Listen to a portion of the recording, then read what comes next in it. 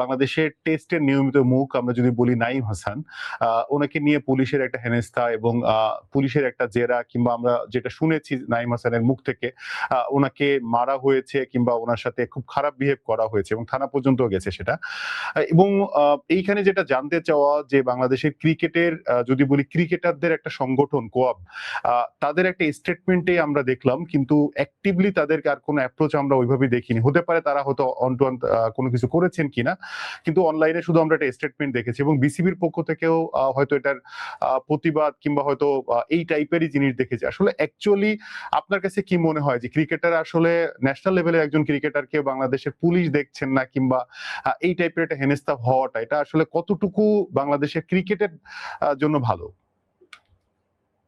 বান্না ভাই, প্রথমত আমরা যখন ছোট স্কুলে পড়ি সেই সময়টাতে পত্রিকার পাতায় আমরা একটা শিরোনাম দেখেছিলাম যে কমনওয়েলথ গেমস এর স্বর্ণজয়ী শুটার আসিফ হোসেনকে পুলিশ প্রহার করেছে বা পুলিশ মেরে রক্তাক্ত করেছে এবং তাকে হ্যান্ডকাপ পরিয়ে কোর্টে চালানো খুব সম্ভবত দেওয়া হয়েছিল। আমি কথাটা কোর্টে চালান দেওয়া হয়েছিল কি হয় নাই, ছোটবেলার ঘটনা তো আমি খুব বেশি মনে করতে পারছি না। কিন্তু বাংলাদেশে কিন্তু এরকম নজির আছে যে ন্যাশনাল কালারদের সঙ্গে কেমন বিহেভ করা হয়। এখন আমরা নাঈম হাসানের ক্ষেত্রে দেখতে পেলাম ব্যাপারটা কিন্তু সিমিলার কাইন্ড অফ ইনসিডেন্টই কিন্তু ঘটেছে। আসিফ হোসেন খানের সঙ্গে আরো ভয়ঙ্কর ঘটনাই ঘটেছিল, তাকে মেরে রক্তাক্ত করা হয়েছিল। আপনি একটু চিন্তা করে দেখেন যে আসিফ হোসেন খান যে কমনওয়েলথে স্বর্ণ জিতেছিলেন, সেই কমনওয়েলথে রৌপ্য জিতেছিলেন অভিনব বিন্দ্রা। পরবর্তী সময়ে সে অভিনব বিন্দ্রা কিন্তু অলিম্পিক্সে স্বর্ণ জিতেছেন।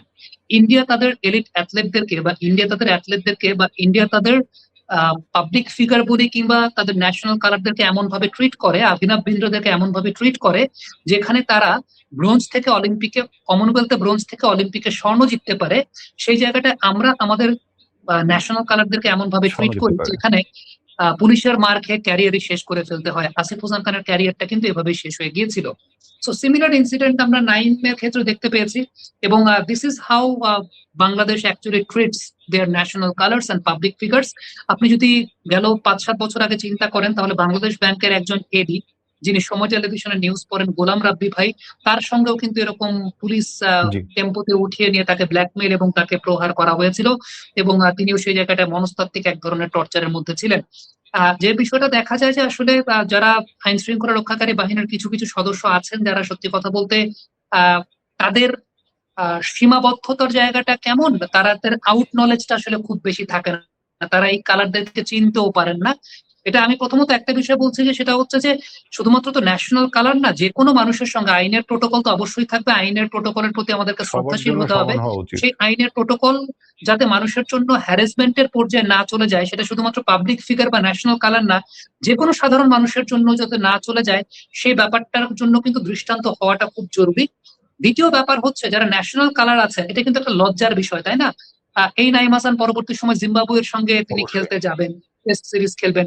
আসিফ হোসেন খান কমনওয়েলথে রৌপ্য জিতেছিলেন, মানে অলিম্পিকের স্বর্ণ জয়ের তার সম্ভাবনা ছিল। সো বাংলাদেশকে যারা সার্ভ করেন, বাংলাদেশকে যারা রিপ্রেজেন্ট করেন, সেই মানুষদের সঙ্গেই যখন এরকম ঘটনা ঘটে, তাহলে সাধারণ মানুষের সঙ্গে কি কি ঘটে সেটা তো আপনি আমি আসলে ধরে নিতেই পারে, আপনি আমি জানি যে আসলে কি কি ঘটনা ঘটে। সো এটা একটা অত্যন্ত লজ্জার বিষয় যে আমরা আমাদের দেশের একজন ন্যাশনাল কালারকে প্রাপ্য সম্মান সাধারণ মানুষকে তো দিতে পারিই না, সেটা তো আউট অফ সিলেবাস। সেটা তো সবচেয়ে বড় হতাশার জায়গা, আমরা আমাদের ন্যাশনাল কালারদেরকেও যোগ্য সম্মানটা দিতে পারি না। তাহলে যে দেশে আসলে ন্যাশনাল কালারদের সঙ্গে এরকম ট্রিট করা হয়, সে দেশে অদূর ভবিষ্যতে আর কোন ছেলেটা ন্যাশনাল কালার হিসেবে দেশকে রিপ্রেজেন্ট করতে চাইবে? এবং এই কারণেই সম্ভবত আমাদের দেশের যারা মেরিটোরিয়াস ছেলেপেলে আছে, বিভিন্ন সেক্টরে কাজ করে, তারা দেশের বাইরে চলে যায়। আমার কাছে ব্যক্তিগতভাবে বান্না ভাই একটা বিষয় মনে হয়, সেটা হচ্ছে ছোটবেলায় যদি বাবা মায়ের কথা শুনতাম তাইলে পরে হয়তোবা এই দেশে আমি থাকতাম না, এবং আমার যদি ক্ষমতা থাকতো আমি আসলে এই দেশে থাকতাম না, সত্যি কথা যেটা। এবং বিয়ের পরে যদি ওয়াইফের কথা শুনতাম হয়তোবা এখনো এই দেশে থাকতাম না, হয়তোবা দেশের বাইরেই চলে যেতাম। এই ধরনের ইনসিডেন্ট দেখলে আরো অনেক বেশি মাত্রায় আফসোস আসলে কাজ করে যে আমাদের এই দেশটাতে সত্যি কথা বলতে, এটা আজকে আপনার সঙ্গে আমি কথা বলছি, আজকে রাতে যে আমি similar kind of incident face করব না, সেটার কিন্তু কোনো গ্যারান্টি আসলে নাই। কারণ যারা আসলে ওই সময়টা ডিউটিতে থাকেন তাদের জ্ঞানের সীমাবদ্ধতাটা আসলে এত পরিমাণের থাকে, ম্যাক্সিমাম নাম্বার অফ প্রফেশন, আমি সবার কথা বলছি না, আইন শৃঙ্খলা রক্ষাকারী বাহিনীতে আমার অনেক বন্ধু আছে, অনেক মেরিটোরিয়াস অফিসাররা আছেন, অনেক আউট নলেজ সমৃদ্ধ অফিসাররা আছেন, সেটা অবশ্যই আছেন, কিন্তু বেশিরভাগ ক্ষেত্রেই এমন মানুষজন ডিউটিতে থাকেন যাদের আউট নলেজের জায়গাটা অনেক কম। খুব রিসেন্ট পাস্টের একটা ঘটনায় যদি বলি যে আমার গাড়ি যেখানে প্রেস মিডিয়ার স্টিকার লাগানো ছিল, আমাকে যখন চেক করা হয়েছে, ঠিক আছে পুলিশের প্রোটোকল তো আমি তো চেক করবোই, আমাকে জিজ্ঞেস করছে যে আমার গাড়িতে ব্যাট কেন, ক্রিকেট ব্যাট কেন। আমি অবশ্যই। উত্তর দিয়েছিলাম যে বাংলাদেশে আমার গাড়িতে ক্রিকেট ব্যাট থাকবে না তো কার গাড়িতে ক্রিকেট ব্যাট থাকবে? সো আলটিমেটলি তাকে আমার ক্লারিফিকেশন দিতে হচ্ছে, তার তো এটা খুব কমন সেন্সে বুঝে নেওয়া উচিত।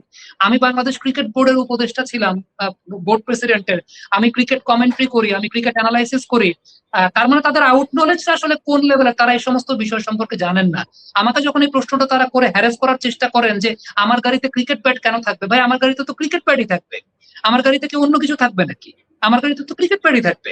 তো আমার কেন তাকে ওই জায়গাটার ক্লারিফিকেশন দিতে হবে এবং আশেপাশে মানুষের সামনে বিচ্যুতি হতে হবে? আজকে সবচেয়ে উল্লেখযোগ্য জায়গা সেটা হচ্ছে যে পুলিশ মেরেছে নাইমকে, সেটাও যেমন একটা বিষয়, এতগুলো লোকজনের সামনে একটা পাবলিক ফিগারকে যখন আপনি মারছেন, সেটা কিন্তু তার একটা মনস্তাত্ত্বিক জায়গারও ব্যাপার, কারণ এই ছেলেটা দেশকে রিপ্রেজেন্ট করে, এই ছেলেটার একটা সমাজ আছে, সমাজের লোকজনের সামনে সে খুব জি, জি। স্বল্পভাষী একটা ছেলে, সে খুব স্বল্পভাষী একটা ছেলে, সে খুব নাইমকে যতটুকু আমি পার্সোনালি চিনি, খুবই সফট স্পোকেন একটা ছেলে। আপনি যখন এতগুলো মানুষের সামনে তার গায়ে হাত দিবেন, তার সোশ্যাল ইমেজের জায়গাটাও আসলে কোথায় যাবে সেটাও কিন্তু একটা গুরুত্বপূর্ণ বিষয়। সমস্যার জায়গাটা হচ্ছে এই যারা ডিউটিতে ছিলেন তারা ক্রিকেট খেলা কি সেটাও জানেন না, তারা ন্যাশনাল টিমের প্লেয়ার কি সেটাও বুঝেন না, তাদের আউট নলেজটাই ওই লেভেলে নাই। আউট নলেজটা ওই লেভেলে থাকলে আমাকে যিনি একদিন গাড়িতে ধরেছিলেন তিনি জিজ্ঞেস করতেন না আমার গাড়িতে ক্রিকেট ব্যাট কেন আছে, আমার গাড়িতে ক্রিকেট ব্যাট থাকবে না তো কি থাকবে, সেটা বোঝার মতো, সেটা জানার মতো তাদের সেই নলেজটা আসলে থাকা উচিত বলে আমার কাছে মনে হয়। আর সাধারণ মানুষের ক্ষেত্রে তো তাহলে কি হতে পারে সেটা আপনি খুব ভালো মতোই বুঝতে পারতেছেন যে সাধারণ মানুষের ক্ষেত্রে ব্যাপারটা কি হতে পারে। আমার তো সেই কনফ্রন্ট করার এবিলিটি রয়েছে, আমার সেই কনফ্রন্ট করার এবিলিটি রয়েছে দেখে হয়তোবা আমি যমুনা টেলিভিশনে কাজ করি, যে কারণে হয়তোবা আমি পরবর্তী সময় সেই জায়গা থেকে আমি উতরে উঠতে পেরেছি। কিন্তু সাধারণ মানুষ যারা আছে জি। তাদের ক্ষেত্রে ব্যাপারটা কেমন হয়, সেই জায়গাটা প্রোটোকল যদি বলা হয়, তাহলে নাইমের ক্ষেত্রে যে ব্যাপারটা ঘটেছে সেক্ষেত্রে প্রোটোকল যেটা বলে সেটা হচ্ছে তার ব্যাগ চেক করা হবে। ডেফিনেটলি তার সেখানে যদি সে ন্যাশনাল টিমের ক্রিকেটার হোক বা যেই হোক, তার ব্যাগে যদি অবৈধ কোনো কিছু পাওয়া যায় definitely he will be punished.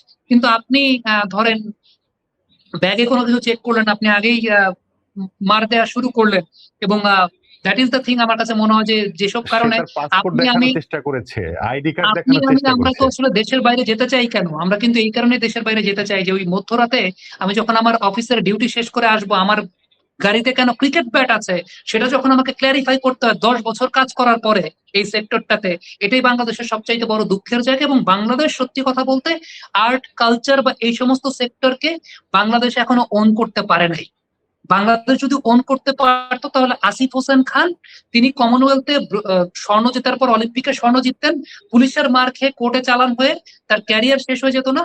India আজকে যেভাবে অভিনব বিন্দাদেরকে ওন করার চেষ্টা করে, যেখানে কমনওয়েলথের ব্রোঞ্জ থেকে তারা অলিম্পিক্সের স্বর্ণ জিততে পারেন, সেটা বাংলাদেশ ওন করে না, কারণ বাংলাদেশের 60-70% মানুষেরই আর্ট কালচার কিংবা এই অ্যাক্টিভিটি গুলো সম্পর্কে খুব বেশি আইডিয়া নাই। এবং দিস ইজ ওয়ার আমরা আসলে অনেক বেশি মাত্রায় পিছিয়ে আছি। যেখানে পুরো বিশ্ব ধরেন চাঁদ মানে চাঁদে চলে গেছে পৃথিবী, আমরা মনে করেন খুব সিলি সিলি ম্যাটার নিয়ে আমাদের নিজেদের মধ্যে ঝগড়া বিবাদ এবং গ্যাঞ্জামে থাকি। একটা সিম্পল এক্সাম্পল দিয়ে বান্ধবী, সেটা হচ্ছে বাংলাদেশের একটা 8 থেকে 10 বছর বয়সের বাচ্চার প্রাথমিক বিনোদনের জায়গা কি জানেন? একটা 8 থেকে 10 বছর বয়সের বাচ্চার প্রাথমিক বিনোদনের জায়গা হচ্ছে রাস্তায় কুকুরকে ইটা মারা। এবং এটা কেন মারে জানেন? 8 থেকে 10 বছরের বাচ্চা তো বুঝে না, কিন্তু ওর সোসাইটি ওকে এটা নিয়ে কিছু বলেও না। সোসাইটির বড়রা রাস্তায় কুকুরকে ইটা মারলে কুকুর যে ব্যথা পায়, এটা সোসাইটি ওকে বোঝানোর চেষ্টা করে না। সো ওর পশুত্বটা এভাবেই জেগে ওঠে। আমাদের বাংলাদেশের 90% মানুষের মধ্যে পশুত্বটা শুরু হয় রাস্তায় কুকুরকে ইটা মারার মাধ্যমে। এটা আমাদের প্রাথমিক বিনোদনের জায়গা। আপনি একটু দেশের বাইরে চিন্তা করে দেখেন, পৃথিবীর কোন সভ্য সমাজে মানুষের গায়ে হাত তুললেও সেটার বিচার কম হয়, কিন্তু অবলা প্রাণীর গায়ে হাত তুললে পরে সেটার বিচার কিন্তু খুব স্ট্রিক্ট বিচার হয়। কিন্তু আমাদের দেশ এমন একটা দেশ যেখানে হচ্ছে আমাদের প্রাথমিক বিনোদন রাস্তায় কুকুরকে ইটা মারা। সো এইটা পরবর্তী সময় ট্রান্সফার হয় কোথায় জানেন? চলন্ত ট্রেনের মধ্যে পাথর ছুঁড়ে মারা। এবং এই জায়গাগুলো হয় এবং আমাদের সোসাইটিতে আমরা কখনো এইসব জায়গাতে পরিহার করার চেষ্টা করি না। এটা আমাদের কাছে খুব নর্মাল ব্যাপার, এটা আমাদের কাছে খুবই নর্মাল ব্যাপার। এটাই পরবর্তী সময় ট্রান্সফার হয় এই সমস্ত জায়গাতে। আমি একদম মানে জাস্ট সিম্পল একটা কথা বলি, ওই যে কাউকে ভিকটিম হিসাবে পেয়ে মারা বা মারতে মজা লাগে আমাদের বাংলাদেশে, আমাদের বাংলাদেশে মারতে খুব মজা লাগে মানুষের। এবং দেখবেন যে রাস্তায় যদি দুজন মিলে একজনকে পিটাইতে থাকে, তখন আরো 5 জন যুক্ত হয়ে যায় তার পিটানোর জন্য, জানেও না কিন্তু কনটেক্সট। ওটা কি দুইটা খারাপ লোক মিলে একটা ভালো লোককে মারছে, নাকি দুইটা ছিনতাইকারী একটা ভালো লোককে মারছে, এটা কিন্তু জাজমেন্ট হয় না। আরো 5 জন লোক মনে করেন যুক্ত হয়ে যায় ওই একজনের পিটানোর জন্য, কনটেক্সট না জেনে। সো এটা হচ্ছে আমাদের দেশের সবচেয়ে বড় মানে সমস্যার জায়গা। এবং এই কারণেই ওইটা বললাম যে ছোটবেলায় যদি বাপ মার কথা শুনতাম, বাপ মার কথা শুনলে হয়তো বা দেশে থাকতাম না। এখন তো বিয়ের পরে যদি বউয়ের কথা শুনতাম, এখন দেশে থাকতাম না। এই ফ্রাস্ট্রেশন গুলো আসলে গ্রো করতো না।